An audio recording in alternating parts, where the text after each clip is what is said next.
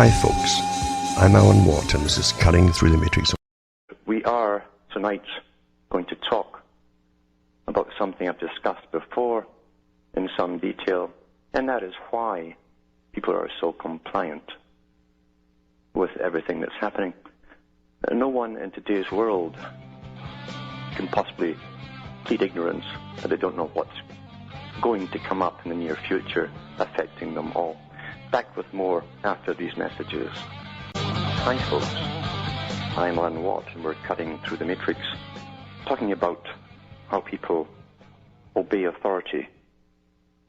This is to follow up on a previous one I've done. And in the previous one I mentioned a movie made in Germany a couple of years ago, available in the Americas and Europe. And it's called The Experiment. It's about how an experiment was set up in the university by a psychological department, and they selected volunteers who were paid for 2 or 3 weeks. And out of the volunteers, they halved some of them into prisoners, half into prison guards, put them in a mock prison, and observed how people become the roles they play. They become Mr. Uniform, they become Mr. Sadist, or they become the groveling prisoner. And this was based on reality studies, studies which had already been done. So you could try and get the movie if you can. It's well worth seeing. It's very factual. They follow the events that have happened each time this experiment has been done by those in control in different countries. And I say in control because these top professors are generally recruited and work for the CIA, MI6, and so on. The whole idea that the elite must understand why we behave so well when we're told to, what makes us tick, and how quickly we'll adapt to new situations in a predictable, and that's the word, is predictable fashion. So I'm going to talk about the original experiment that was done. It was Stanford prison experiment. It says here was a psychological study of human responses to captivity and its behavioral effects on both authorities and inmates in prison. The experiment was conducted in 1971 by a team of researchers led by psychologist Philip Zimbardo at Stanford University.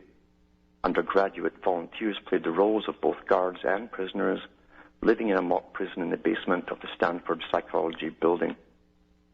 Prisoners and guards rapidly adapted to the roles, stepping beyond the boundaries of what had been predicted and leading to dangerous and psychologically damaging situations. 1/3 of the guards were judged to have exhibited genuine sadistic tendencies, while many prisoners were emotionally traumatized, and 2 had to be removed from the experiment early. Finally, Zimbardo, alarmed at increasingly abusive, antisocial behavior from his subjects, terminated the entire experiment early. Ethical concerns surrounding the famous experiment often draw comparisons to the Milgram experiment, which was conducted in 1961 at Yale University by Stanley Milgram, Zimbardo's former college friend. So there's your connection between the two. The only connection that they won't admit to is the CIA. But that's who was behind this. Tom Peters and Robert H. Waterman Jr. wrote in 1981 that the Milgram experiment in the 1960s and the later Zimbardo experiment were frightening in their implications about the danger which lurks in the darker side of human nature. The goals and the methods of the experiment. Zimbardo and his team intended to test the hypothesis that prison guards and convicts were self-selecting of a certain disposition that would naturally lead to poor conditions.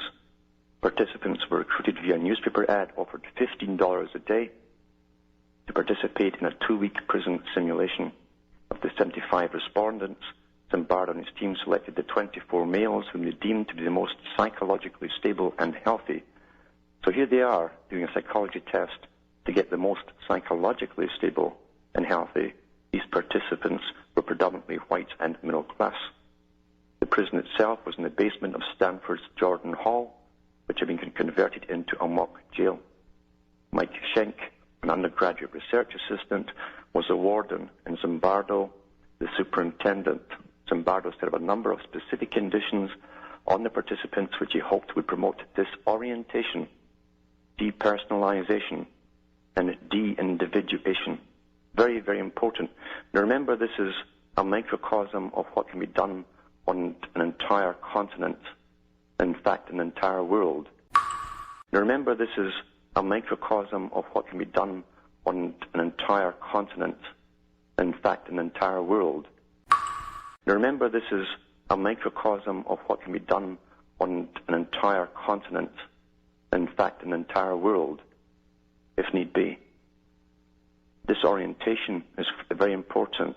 That can happen with crisis creation, real or imaginary, as long as you believe it.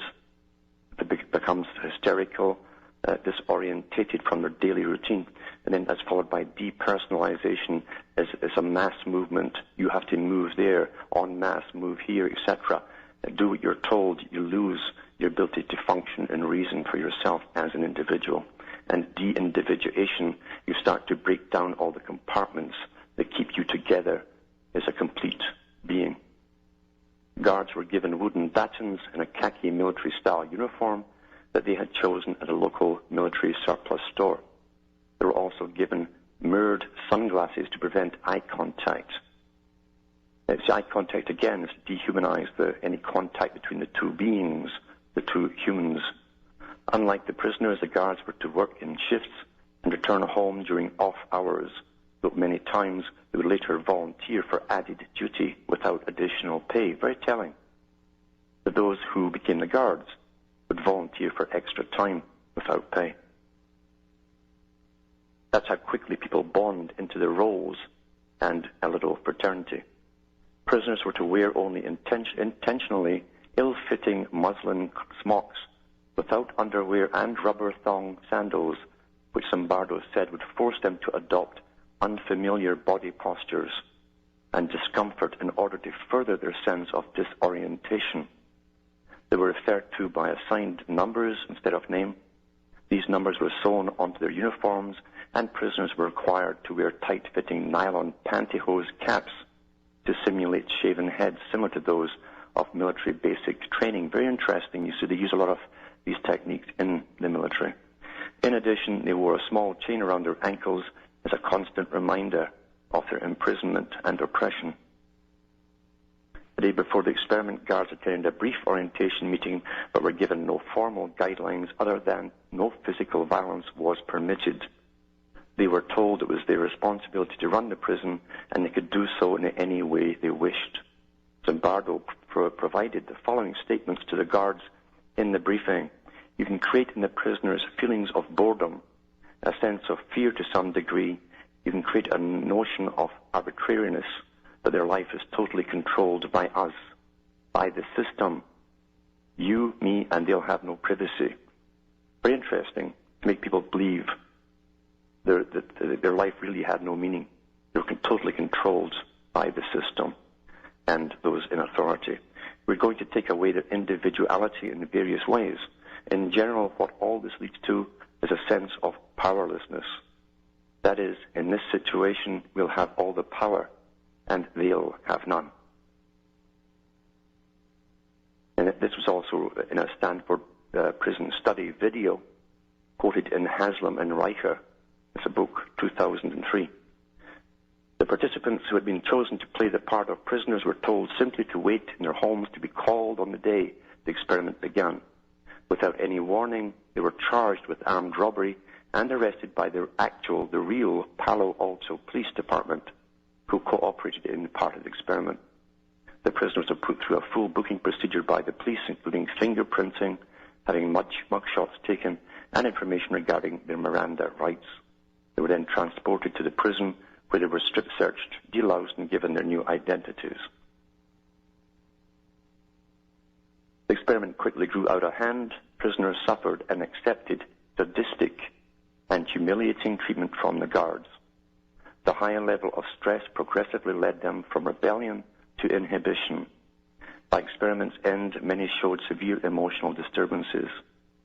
After a relatively uneventful first day, a riot broke out On the second day, the guards volunteered to work extra hours and worked together to break the prison revolt, attacking the prisoners with fire extinguishers without supervision from the research staff. So they become innovative. That's part of it, as they adapt to their roles. Prisoner accounts initially devised for the prisoners to learn their identity numbers degenerated to hour-long ordeals where guards tormented the prisoners and imposed physical punishments, including long bouts of forced exercise. The prison became dirty and inhospitable. Bathroom rights became privileges. That, again, is very important. Everything becomes a privilege, which could be and frequently were denied. Some prisoners were forced to clean toilets with bare hands. Mattresses were removed from the bad cell block, and the prisoners forced to sleep naked on the concrete floor. Moreover, prisoners endured forced nudity and even sexual humiliation. Zimbardo cited his own absorption in the experiment he guided and in which he actively participated as prison superintendent. On the fourth day, he and the guards reacted to an escape rumor by attempting to move the entire experiment to a real, unused cell block at the local police station because it was more secure. The police department refused, citing insurance liability concerns. Zimbardo recalls his anger and disgust with the lack of cooperation between his and the police's jails. As the experiment proceeded, several guards became progressively sadistic. Experimenters said approximately one-third of the guards exhibited genuine sadistic tendencies. Interestingly, most of the guards were upset when the experiment concluded early. Isn't that interesting, too? Zimbardo argued that the prisoners' participants had internalized their roles based on the fact that some had stated that they would accept parole even with the attached condition of forfeiting all of their experiment participation pay.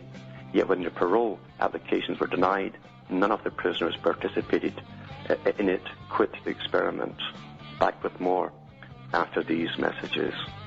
I'm Alan Watt, back with Cutting Through the Matrix, and continuing with this little article on an experiment, one of many done across the world along the same lines, to find out how people fall into roles quickly and how they obey orders and how they become dehumanized in the process and how sadistic tendencies appear. But even talking about the prisoners, those who had volunteered, remember this was a voluntary thing for this particular experiment, when their own parole and their ability to get out and leave the experiment was given to them, none of them took it, even though the conditions were worsening in the experiment itself. So they bonded in the role of the prisoners. As Zimbardo argued, they had no reason for continued participation in the experiment after having lost all monetary compensation, yet they did, because they had internalized the prisoner identity. So this victim again, you see. They thought themselves prisoners, hence they stayed. A replacement prisoner was introduced, prisoner number 416, horrified at the guard's treatment of the other prisoners, went on a hunger strike in an attempt to force his release. Instead, he was forced into a small closet for 3 hours of solitary confinement. While forced to hold the meal he refused to eat. The other prisoners perceived, this is an interesting part too, the other prisoners perceived prisoner 416 as a troublemaker. To exploit this feeling, the guards offered the prisoners a choice. Either prisoners could give up their blankets or number 416 would be kept in overnight solitary confinement. All but one of the prisoners chose to keep his blankets. So here's how they can even divide amongst the people who are getting a hard time of it, divide and conquer, because within that little statement there is part of the Delphi technique. So he's a prisoner who goes on hunger strike to force his release, and the other prisoners see him as a troublemaker. That's what happens at these meetings when someone with pertinent questions stands up to ask them. The do-gooders in the front row will hush them down, to be quiet, you're disturbing this meeting, let the nice man or woman talk. That's how it works. We're very predictable.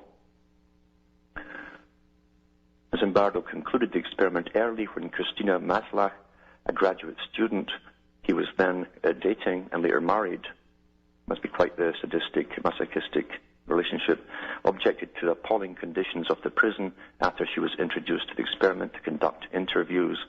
Zimbardo noted that of more than 50 outside persons who had seen the prison, Maslach was the only one who questioned its morality. Interesting again, you see the onlookers who are unaffected, they saw pass it by without question. After only 6 days, for planned 2-week duration, 6 days all this happened in. That's how quick dynamics occur in these experiments. The Stanford prison experiment was shut down. Conclusions. The Stanford experiment ended on August the 20th, 1971.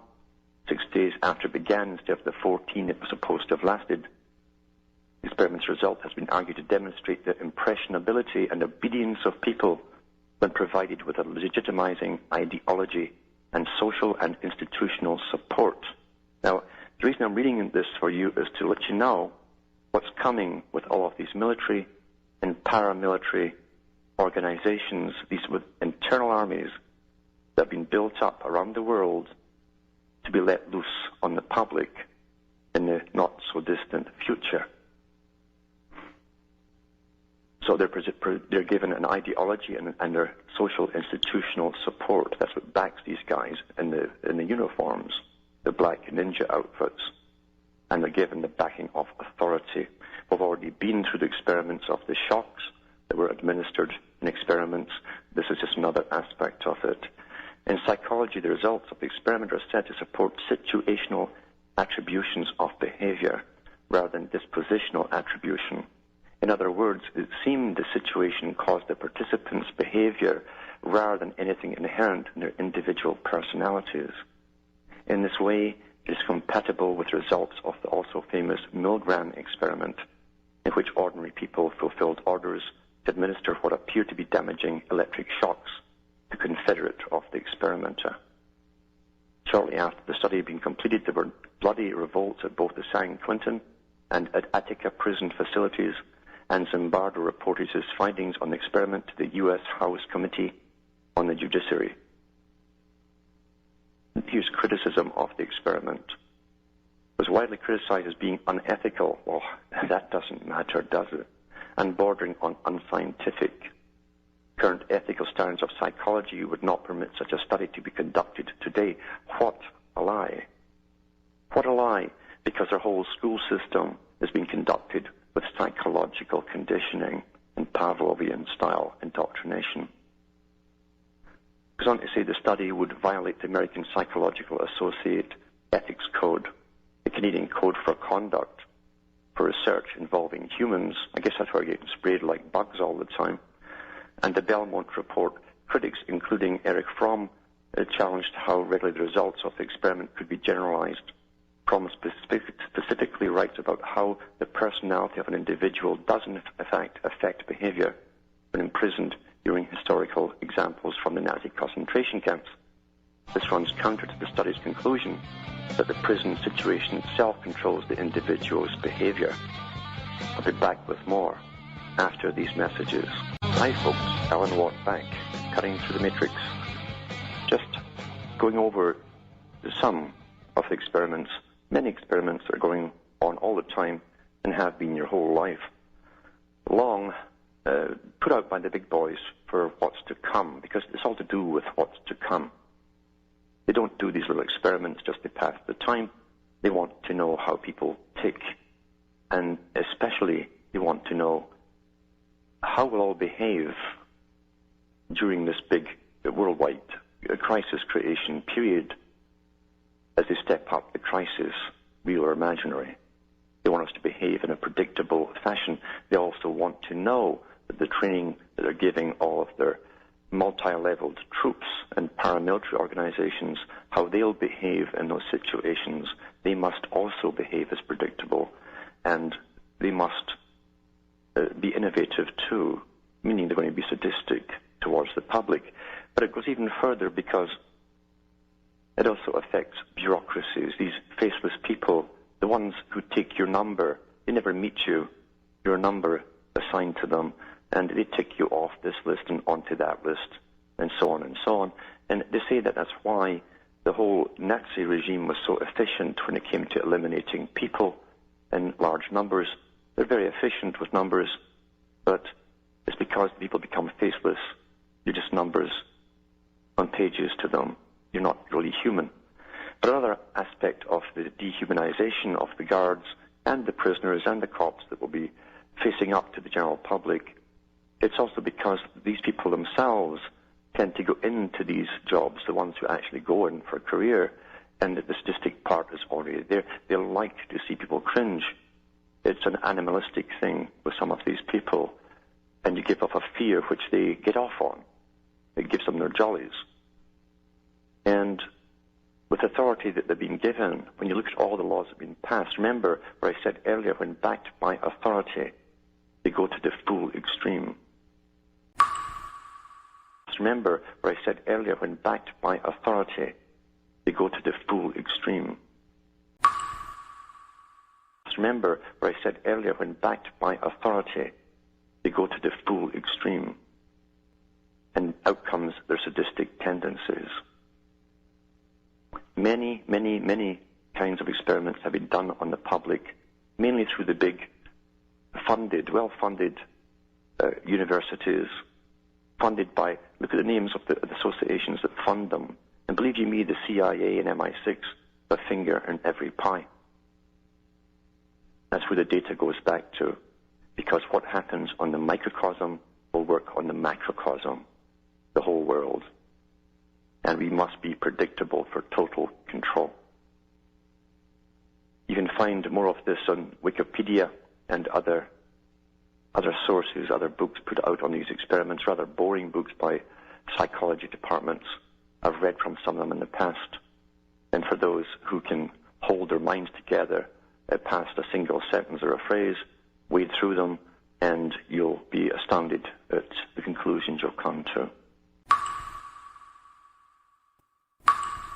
Those who want to buy the books and discs I have at cuttingthroughmatrix.com, look up the website, take notes of all the official sites I have there, and you can get the books and discs there. And you can also donate. It tells you where to donate to as well, how to do it. From myself, Alan Watt, it's good night. May your God